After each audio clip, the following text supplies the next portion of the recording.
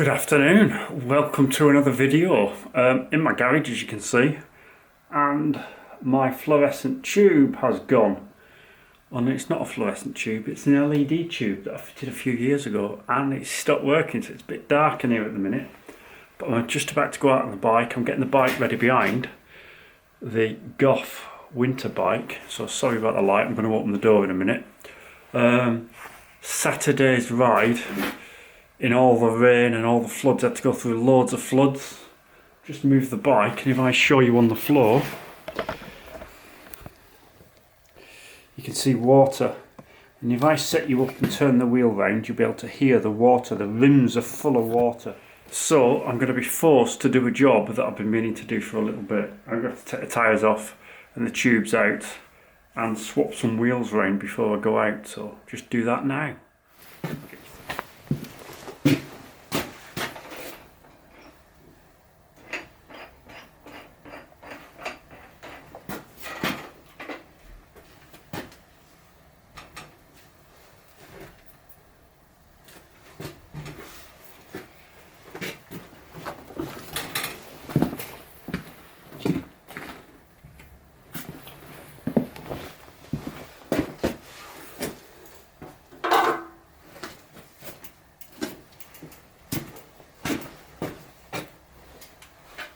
Right, so let's see if you can hear this.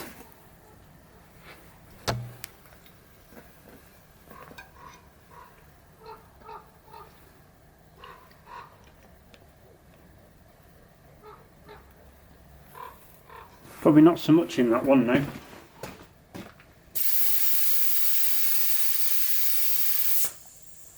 Actually, before I do that, let's wash the wheels. Right, so we've just undone taken the one side off the tyre, and let's try and zoom you in.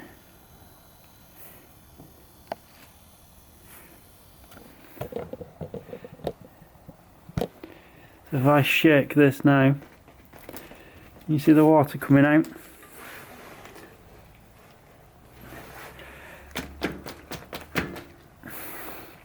It's all from the floods.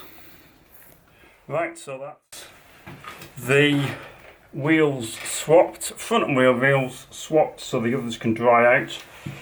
The front wheel that was in the winter bike is going to go on the Dawes Galaxy, because that's a touring wheel apart from the rim. And then I've taken the power tap off because that's heavy and I don't need it, and they're just drying out. I'm going to take the rim tapes off as well so they can dry out thoroughly. Time to get out on the road. See you out on the road.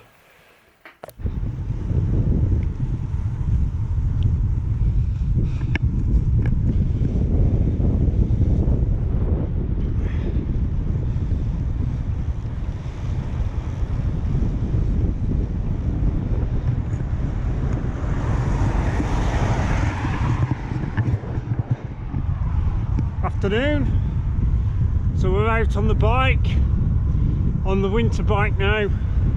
That's it for the summer bikes. There's salt on the road, salt and sand. They've been out and put it down, so the winter bikes can stay away now. So let's do some introductions. So hello, my name's Duncan, hence the name of the channel. Hello, nice to see you all. Welcome to the channel, welcome to the videos, welcome to the vlogs. Hope you like what you see. It's Tuesday today. Rest day was yesterday. So today's training from Josh is a 2-hour zone 2 ride. I've got 15-minute to 20-minute warm-up. Then a big chunk of zone 2 and 10 to 15-minute cool down. Didn't want to do it on the turbo because it's been a nice morning. Let's get out on the bike. So we're on the Goff. I've been meaning to change the wheels and take the power top off the back because I've got the McGeen Ridge single-sided power meter on this bike, as you will have seen from last year. Oh, look at all the sand here, all the salt and sand.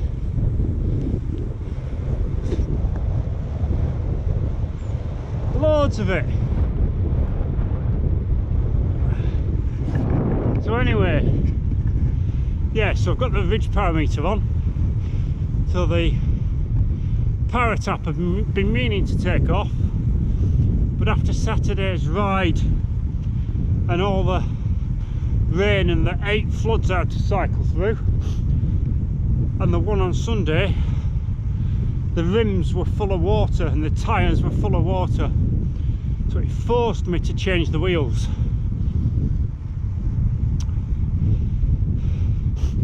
So I've now got on some really old Mavic CXB33s that I built up with some Shimano Ultegra hubs years ago. The front one I've raced cyclocross with it, probably on the back one as well. Trashed the front one, replaced the rim, and the now one here, just to get rid of the weight of that hub at the back. The McGeen Ridge has been soaked loads, so it's had a thorough winter test. I had to change the battery because the battery was flat, but hey, have to do that in the power tap. And we've got the 2 head units on, and at the minute it's reporting 184, 184.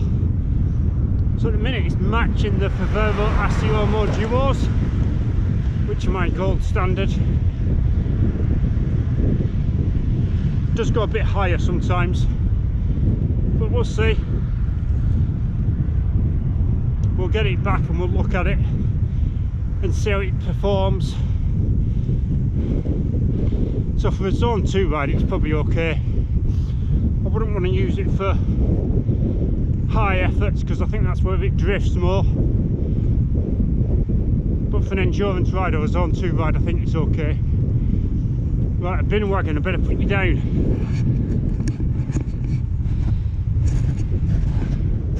Bloody thing. I was overtaking him 3/4 of the way past and he set off.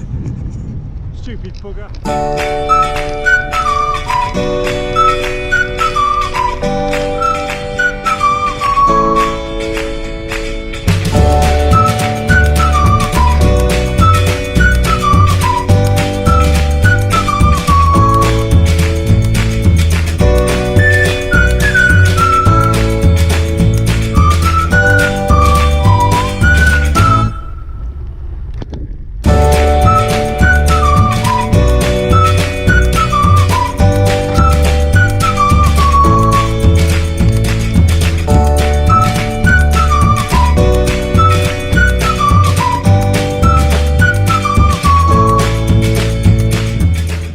I don't normally come into Orton on the hill this way.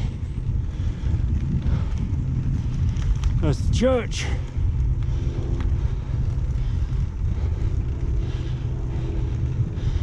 It's got building work going on.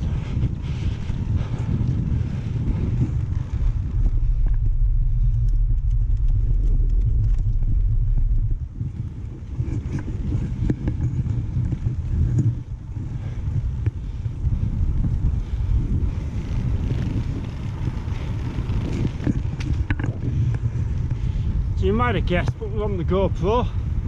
I just felt like having some footage from the GoPro because I prefer the shot. You know, the angle, the, what's it called, the field of view of the lens. I like it. It's nice and bright over that way today.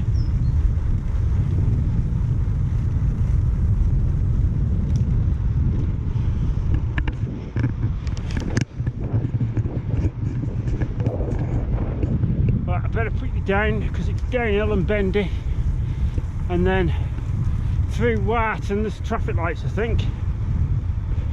I've done an hour now, just over an hour, and then we're sort of heading, I've turned and sort of heading back. Came out through Atherstone and Sheepy, well, backside of Alliston, past all the headquarters and TNT headquarters for the UK. We're heading down there.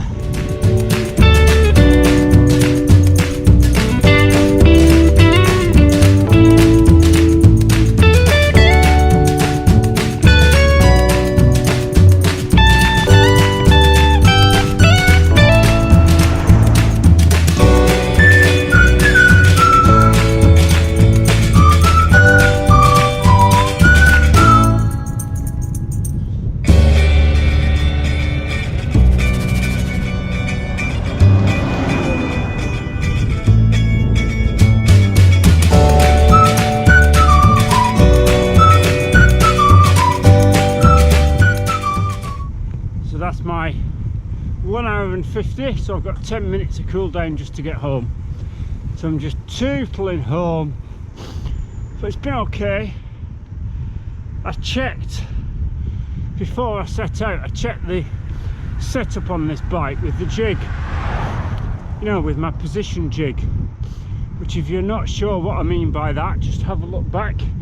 I will put a link here. Because I just feel a bit too stretched on this, which is weird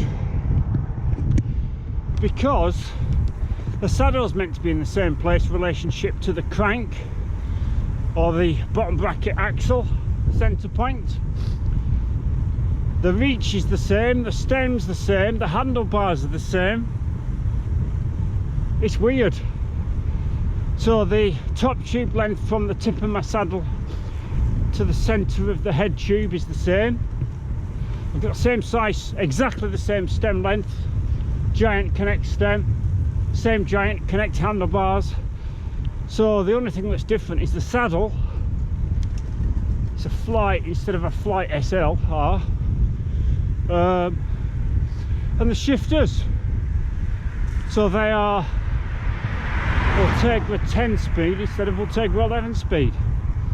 It's odd, it's weird, but anyway, I just feel stretched on this bike. I always have, and it gives me no more neck issues on this bike than on the TCRs. Very odd. So yeah, the other thing is, as you will have seen at the start, if you have Mavic Open Pro rims or rims that aren't tubeless compatible and you go through flood water, you will most likely end up with water in your wheels and in your tyres, and then particularly if it's salty, they will corrode. So it's worthwhile just checking, and if there is, just take it out and let it out, give them a wash, let it all dry and reassemble it. Tractor.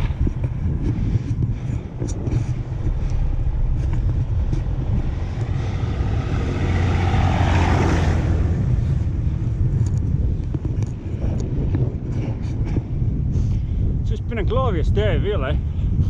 My hands are a bit cold with these new Glibien Roubaix gloves on. And what temperature is it? 6.8 now. So I could probably do my other ones on, but they're all right, they're okay, they're nice and sticky, that's for sure. You know, grippy on the bars and everything. But yeah, loads of salt on the roads now. So I think we'll leave it at that for today. Oh, just before I do, I think we need 5 more subs for 900 subs. 895 when I checked this morning. So in other news, the Gap insurance have finally paid out on the car at last. Yeah, well that took a long time, didn't it? Because that was the end of August. It's now nearly the end of October. Anyway, thank you for watching. I need to change gear. See you later.